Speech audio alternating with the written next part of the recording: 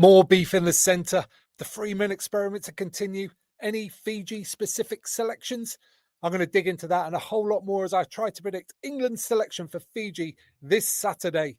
And there's 2 squad updates to let you know about to start off with. Well, sorry, excuse me, 4 squad updates to let you know about. 2 backs are out of the squad. Max Ajomo and Noah Kaluri are off in the England A fixture to play against the All Blacks 15 in Bath on Saturday. And it's looking like they both might start. And I suggest that's probably the best for them. England management, the top guys, Steve Borthwick, needs to see these guys playing in representative rugby against tough opposition to see what they're all about when they're really challenged.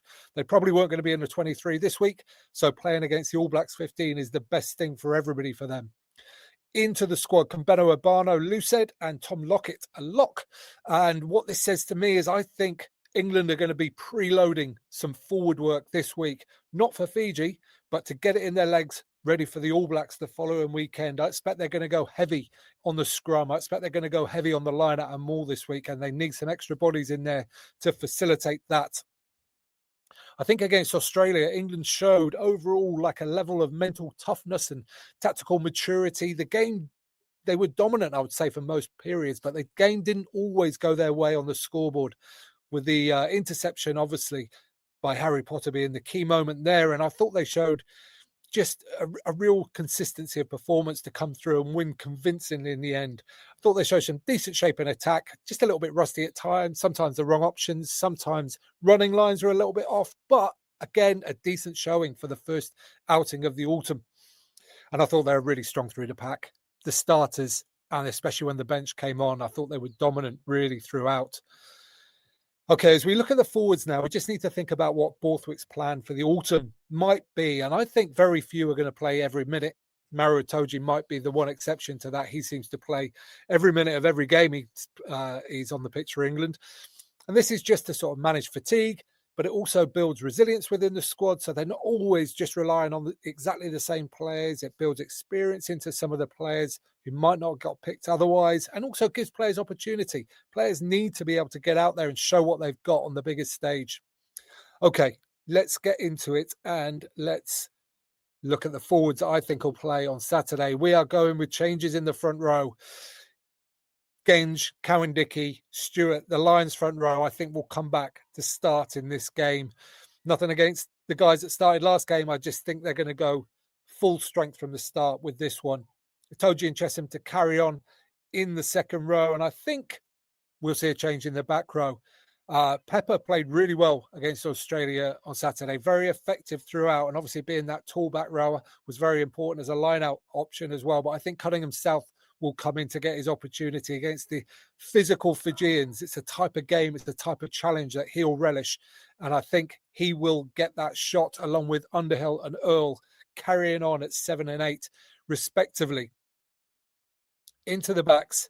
And the big questions here are really kind of midfield balance, whether you're going to go with 2 carriers, and therefore you probably need somebody with a pair of hands at 15, or continue with Dingwall, a sort of much more of a ball player, and a basher at 13, which means that then you could continue with Freddie Stewart at fullback.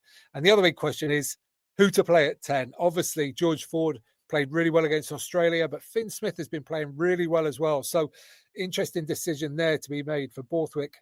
This is what I think he might well go with. I think he's going to continue with Mitchell, without doubt, the out-and-out number 1, number 9 at the moment. He is another one who might well play a lot of minutes this autumn. But I think Finn Smith's going to get a go.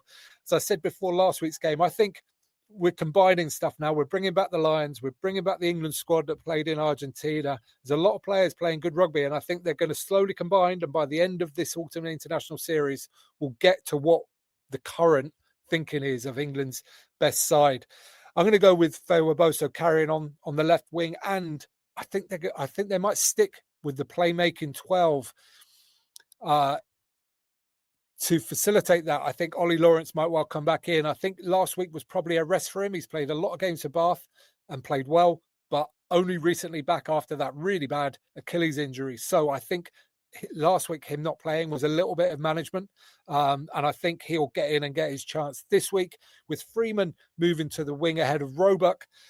Nothing against Roebuck. He was outstanding last week. But for me, Tommy Freeman is England's best right winger. So I think he stays there. And I think Freddie Stewart, as always, like he's always got the limitation with him with his pace. But I think he's playing the best rugby of his career at the moment. And his aerial game is obviously hugely, hugely important. His ability now to link play as a fullback is improving hand over fist. So I think we'll see more of that from England if they get the opportunity to play more than they did against Australia last week. Hopefully the conditions will be a little bit better. Obviously, the other options here was we could have gone Lawrence and Freeman in the centre, two sort of more carrying type players. But really, I mean, Lawrence has played 12 for England with some success, but I'd like to see players playing in their best position. And for me, that is definitely 13 for Lawrence. Could have gone with Marcus Smith at fullback if we'd gone with Lawrence Freeman in the centre. And again, I like to see players playing in their best position. And Marcus can do a lot of great things at fullback, but it's not the spot for him, I don't think. Maybe against these teams that don't kick a lot, it works. But yeah, it's not for me, really. Okay, onto the bench. And we are going to swap the front rows around. So George, Baxter and Hayes onto the bench. But there's a good argument for saying Theo Dan might get a shot this week as well. We know exactly what Jamie George can do. I think Theo Dan is playing well and probably could do with some game time as well. So that might happen. I'm going to go with Alex Coles and then, the same 19, 20 and 21 as last week.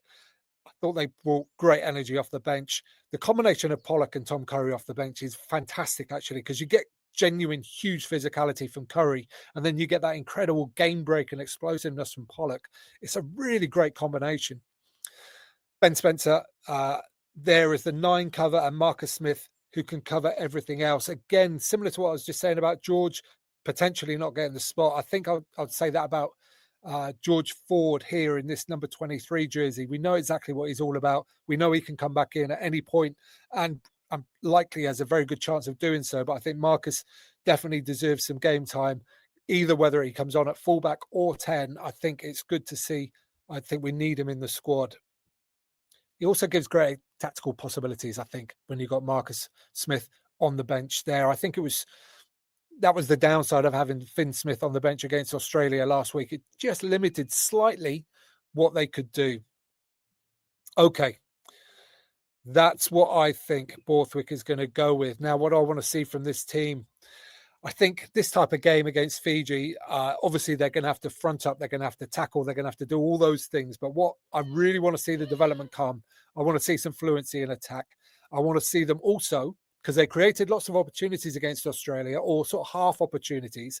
I want to see them taking those opportunities, taking the right decisions at the right times, because that was what was missing against Australia a lot of the time. There was a few times the ball really should have been shifted to the wing, and it wasn't, and that was opportunity gone. So I think England, I want to see them a little bit more fluent.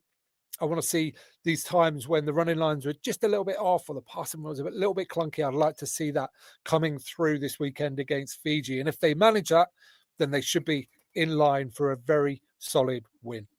Okay, that's what I think. But what do you think? Let me know in the comments down below, and I'll join you there for a friendly conversation. It must be said, of course, actually, before we finish off, there's rumours of quite a few injuries in the England squad at the moment.